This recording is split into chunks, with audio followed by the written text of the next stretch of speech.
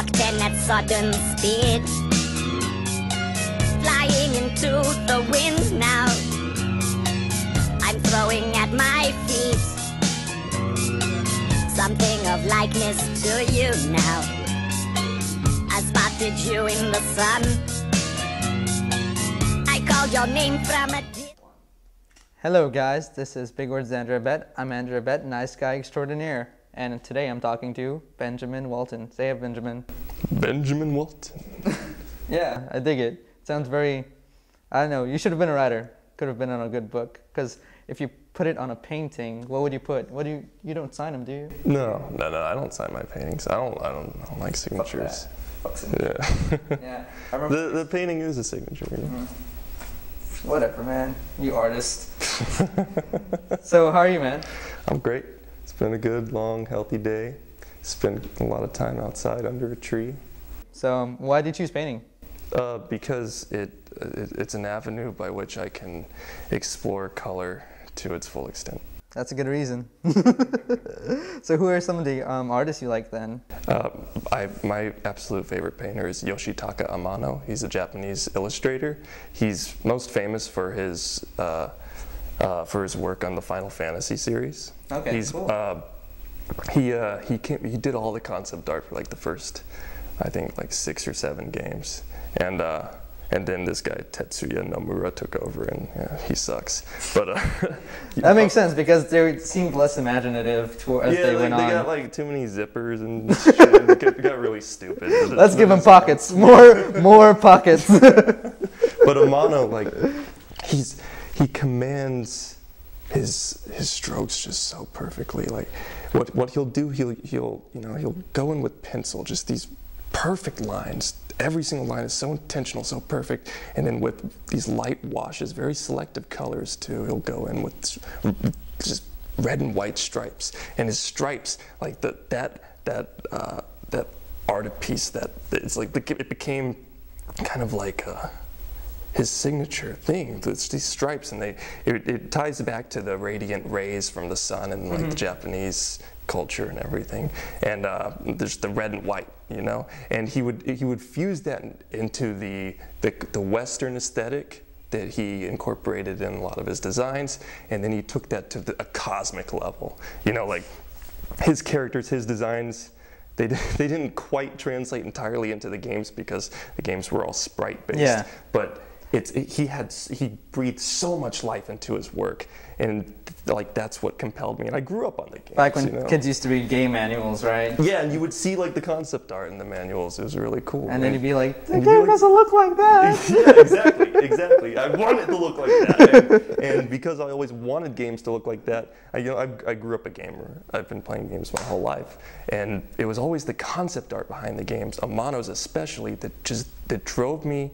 It convinced me that there was more to gaming. There was an art side to gaming, and that's what developed me into a painter, I guess. Cool. Yeah. Have you ever played Okami? Yeah, beautiful game. Yeah, that was a great one. That's a piece of art in the form of a video game. When Andre Habet said that video games weren't art, I think one of the big ones was like Okami. Like, take a look at that, buddy. Okami and Shadow of the Colossus. Yeah. And the whole Legend of Zelda series. So right now your current style seems abstract, but looking at it earlier, when you sent me a couple of your works, they definitely seem patterned in some way. I don't know how you, like, do you plan them out, or what's your mode of work? I don't plan anything. I try and plan, and I get lost in the rhythms. I end up forcing through the motions, you know, like, I'll go at it, I'll select certain colors. That's as much planning as I do. I'll select certain colors, and then I'll just see what I can do with those colors. It's like a constant conversation. You know, you see the color, you pick your brush, you put the color on the brush, and once that touches the canvas, it's like you enter this whole world. Once the first drop of paint touches the canvas, all of a sudden, life begins. Damn. And it becomes this whole world to explore, you know? Yeah, because they definitely seem like worlds, you know, going on in there on their own, you know. And again, that relates back to my gaming heritage, because I always love games that give you these huge worlds to explore, all these chasms, tunnels to travel through, and bridges, archways, just stuff to climb up and over and through and everywhere. That was just fascinated me. I loved it. It reminded me of dreams, like navigating dream space. That's another driving force in my work, I guess, is I'm like over obsessed with dreams and futurism and the convergence of man with technology, and how we're kind of like trying to more or less technologically emulate dream space with digital space. Yeah. Have you ever read William Gibson's Neuromancer? No. Tell me about it. It's like the book that sort of created the internet before there was internet, and like created all those sorts of concepts. I was looking at your piece, Neutron Wizard, that one right back there. Yeah. And it seemed like monstrous in a way. Like I was wondering what was going on while you're painting that, or do you remember that at all? Yeah. That was actually the last thing I did. I just did that yesterday. Oh, really? Yeah. There underneath it is these little fine white gouache lines. And I'd actually started that maybe 3-4 weeks ago, and was trying to build up just a monochromatic black and white, you know, a grayscale cityscape, like a lot of the stuff I do. But that wasn't working. It worked for one day, but I tried to revisit it 2-3 times, couldn't do it. People were urging me to continue it, and I just couldn't bring myself to do so. And then yesterday, I was compelled by forces unknown to revisit it. Started doing some sketches here on the wall, and it just hit the right combination of color and stroke and form and negative space, the balance of which.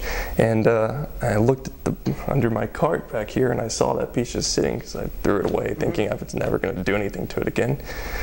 And I decided something's got to happen to it, and I feel so prepared now. I have to revisit it.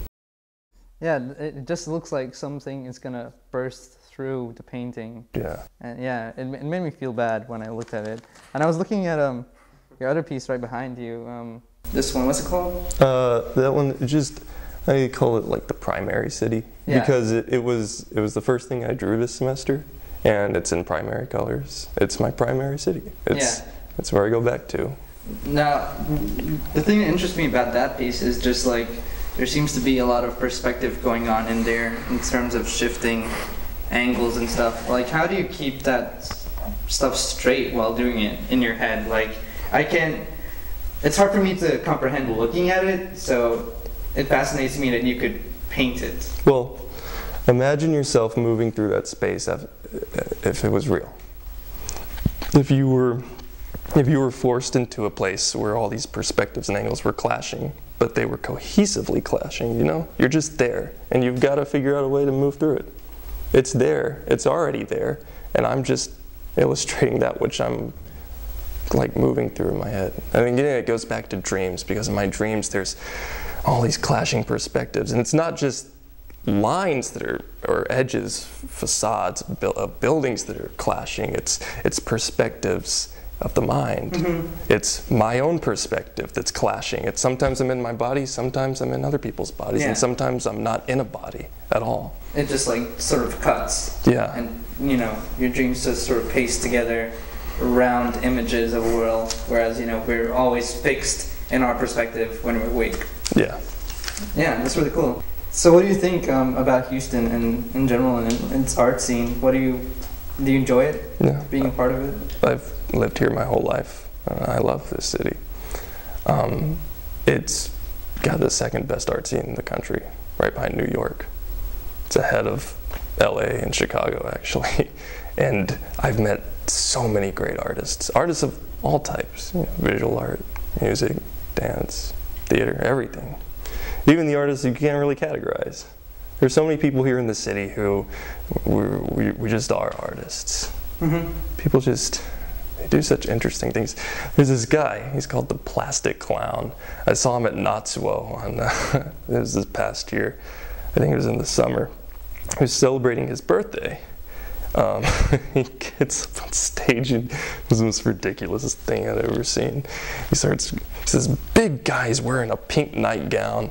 He's drunk as all hell. And he gets this knife and he just starts cutting his belly open and he's bleeding, and it's awesome. Man, that's crazy. So we're gonna move on to some serious questions now.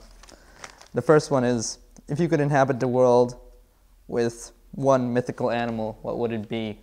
Oh man. Mythical animal. There's so many of them. Yeah, that's why it's a tough one. That's why it's a serious question. Humans are kind of mythical. Man, you're getting too deep for me now. I mean, no, really. Humans are mythical. Think about what we do compared to all the other animals. I guess we would be myths to them. Yeah. We're myths. The things we do, we're the gods. We're the technology we create. Our technology is magic. It's crazy. We're the mythical animals. If I could inhabit this world with any mythical animal, it'd be one other human. The right human. Damn. Alright, next one then. You beat me on that one. I was expecting unicorn, but that's fine. The second one, if you could invent a law of physics, what would it be? Oh, it would be, I don't know what I'd call it, but it'd be something along the lines of shared dream space. Like just go in and occupy the same place? Yeah, the same place. It'd be some weird law of physics that's tied to specifically the conscious realm of living beings. Not just living beings, everything is conscious, everything is emanating and vibrating. We're all consciousness, we're consciousness incarnate. And it would be that realm where we all go to when we sleep. We sometimes meet each other, and we oftentimes fabricate each other. Yeah. Where we could actually meet. It would be, I don't know how physics would do it. They do it somehow. It would be my law. It would be the dream law, the infinite dream law. All right, I got one more. Would you rather only be able to eat Jell-O for the rest of your life, or fart every time you sit? Oh man. Farting's funnier. I'd rather fart. Nice. Okay, so for our last segment, I just want to ask you, man, what's your big word? Air. Air? Yeah. Why is that one? Why is that yours? There's so much of it. Yeah, it does occupy a lot of space. Man, you really trumped me on this. Fuck, I hate you. I hate you too, bro. Last thing, what are you hoping to do with your art in the future? I want to make places for people to get lost in. That's probably going to be the deepest answer you hear on FUHA. This has been Andre Habet, lovely guest Benjamin Walton. Thanks a lot, Benjamin. Thank you, Andre. You can check us out on facebook.com/SteveFuha, youtube.com/Shark942. We'll see you next time. I knew you were the one. I called again.